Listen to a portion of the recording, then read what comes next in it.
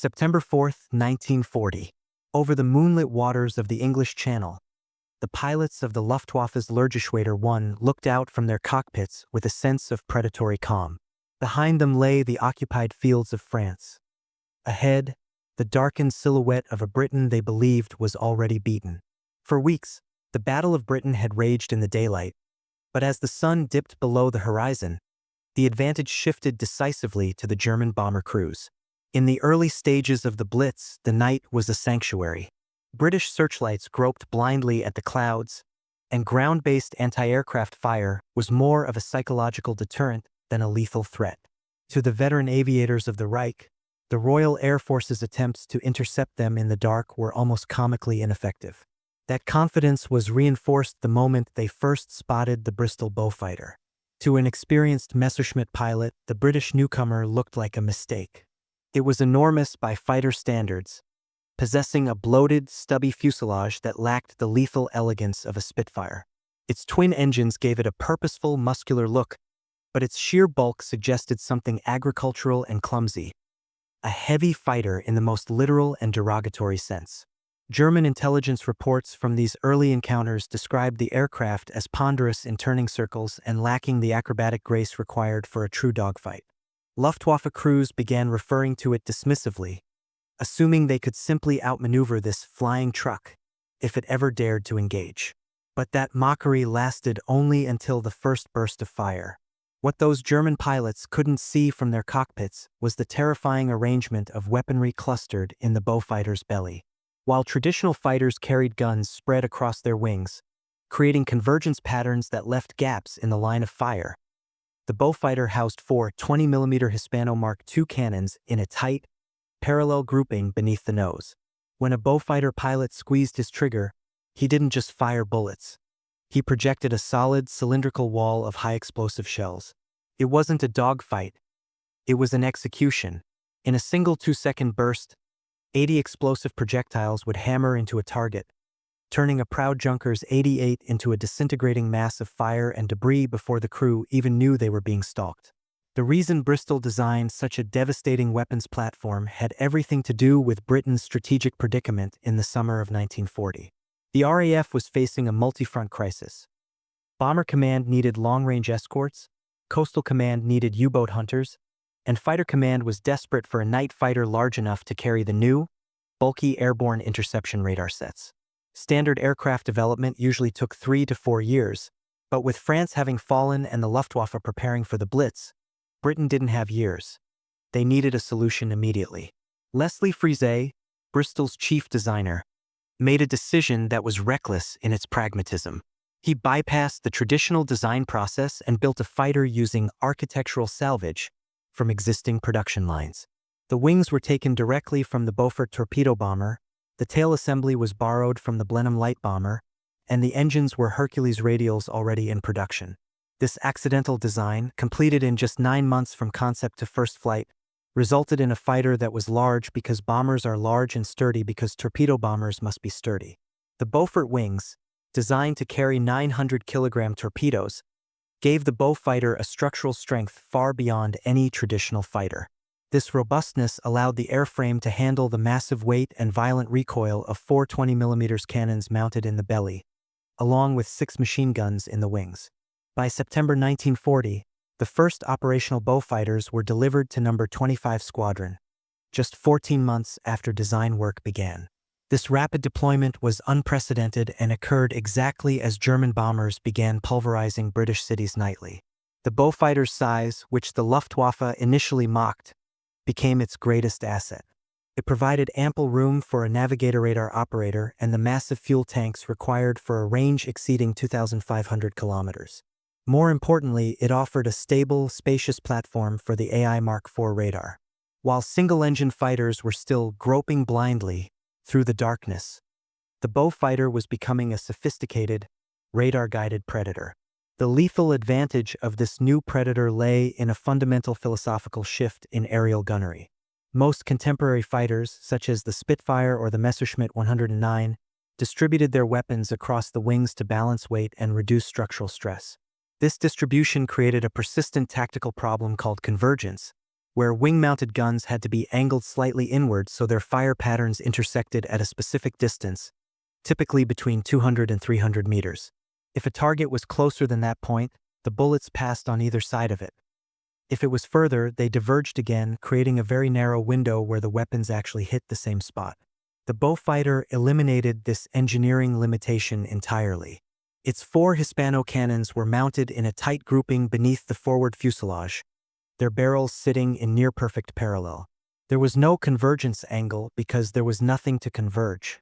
Whether a pilot opened fire at 100 meters or 400 meters, the shells flew in a concentrated cylindrical pattern, delivering the same catastrophic impact regardless of the engagement range. The mathematics behind this concentrated firepower were staggering to the German crews who encountered them. Each Hispano Mark II cannon fired a shell weighing approximately 130 grams at a velocity of 880 meters per second. These were not simple solid projectiles. They were high-explosive incendiary charges designed to detonate immediately upon impact. Cycling at 600 rounds per minute, a single 2-second burst, the typical duration of a combat engagement, pumped 80 explosive shells into the airspace ahead. This combined weight of explosive delivered in seconds exceeded what many light bombers dropped in an entire mission. For a German Dornier 17 or Heinkel 111, the result was instantaneous structural failure. Bomber crews reported seeing the twin-engine fighter closing from below, seemingly too slow to worry about, only to have their aircraft disintegrate as if hit by anti-aircraft artillery. Spars were severed, fuel tanks ignited, and fuselages literally broke in half under a sequential demolition happening so rapidly it appeared instantaneous. These were not dogfights in the traditional sense. They were clinical executions that left the enemy with no opportunity to return fire. The transition from technical firepower to tactical application began in the freezing night skies over England throughout the winter of 1940 and into 1941. At the height of the Blitz, German bomber streams crossed the Channel with near impunity, as British night defenses were largely ineffective, with searchlights sweeping empty sky and single-engine fighters groping blindly through the darkness. The odds of interception were abysmal, with roughly 2% of German bombers encountering any opposition whatsoever. The Beaufighter changed this calculus completely when paired with the AI Mark IV radar.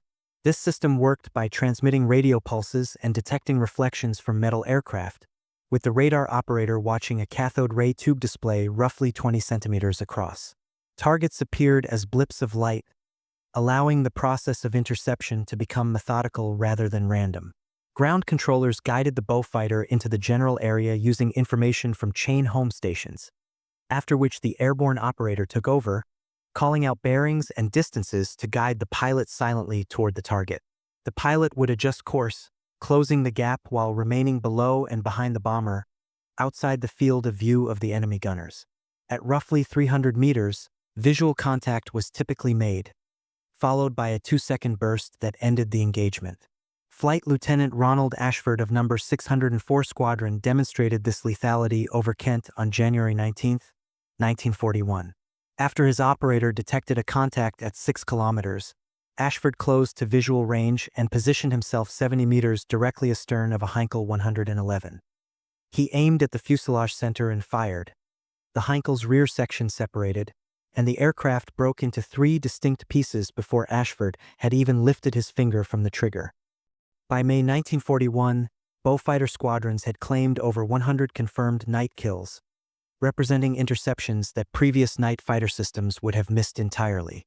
The psychological effect rippled through the Luftwaffe, as crews realized an invisible predator was stalking them in the dark. Morale eroded profoundly as pilots began to dread the Channel crossing, knowing that the first warning of a Beaufighter's presence was often the impact of explosive shells tearing their aircraft apart.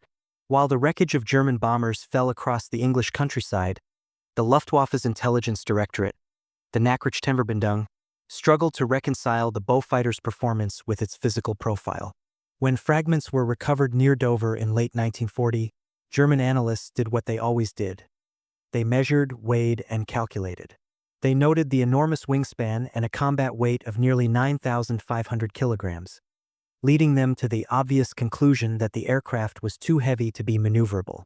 Reports circulated through German units categorizing the Beaufighter as a heavy fighter, with a distinct emphasis on its lack of agility.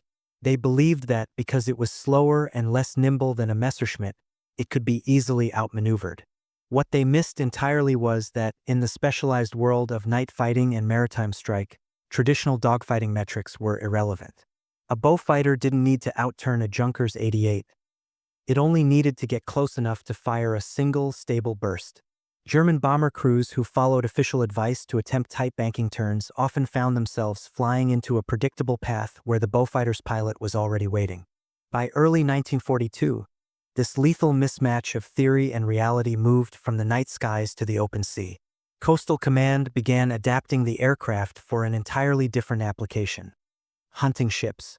The first major test of this role came during Operation Cerberus, the audacious Channel Dash, where the German Navy attempted to sail capital ships through the English Channel in broad daylight. In the chaotic engagement that followed on February 12th, Beaufighters were scrambled to attack the destroyer screen. Unlike the radar-equipped night fighters, these strike variants used their cannons to suppress anti-aircraft fire, walking shells across ship superstructures to kill gunners and clear paths for torpedo bombers. Though the capital ships escaped, the Beaufighter's performance proved it could survive and succeed in the most hostile naval environments imaginable. Its sturdy construction, inherited from the Beaufort bomber, allowed it to absorb battle damage that would have destroyed lighter aircraft, setting the stage for its next, even more devastating campaign. The lessons learned in the English Channel were applied with devastating effect in the Mediterranean, where Axis forces under General Rommel required constant resupply across the open water from Italian ports. By mid-1942, Beaufighter strike wings were operational, combining the aircraft's firepower with coordinated torpedo attacks. To survive the intense anti-aircraft fire from merchant vessels, crews adopted a terrifyingly effective tactic. They approached at wave-top height, literally meters above the sea, staying below radar detection.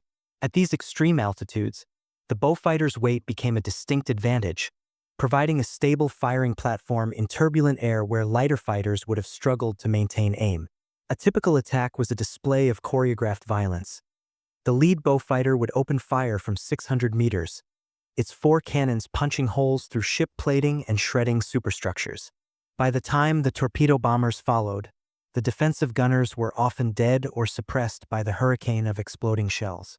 Between June and November 1942, Beaufighter squadrons sank or damaged over 90 vessels, achieving a tonnage per platform ratio that exceeded the effectiveness of Germany's U-boats. This supremacy extended halfway around the world to the Pacific and Southeast Asian campaigns. In the humid, hostile climates of New Guinea and Burma, the Beaufighter was modified with enlarged air filters and moisture-resistant coatings to survive tropical heat. The Japanese quickly learned to respect the aircraft they would eventually nickname the Whispering Death, due to its quiet sleeve valve engines and sudden, low-level arrival. In the Battle of the Bismarck Sea in March 1943, Beaufighters annihilated a Japanese troop convoy, using their cannons to strafe decks while American bombers attacked from above. By late war, captured German and Japanese documents confirmed the same grim reality. Beaufighter attacks were considered invariably fatal. The aircraft destroyed over 5,700 enemy planes and 600 ships, proving that those 4 cannons rendered any debate about maneuverability entirely academic. If you found this deep dive into the Beaufighter's lethal legacy informative, please consider liking this video and subscribing for more detailed historical accounts from the front lines of World War II. If you enjoy this content and want to support the channel, click the join button below. Members get exclusive perk and help me make more videos like this.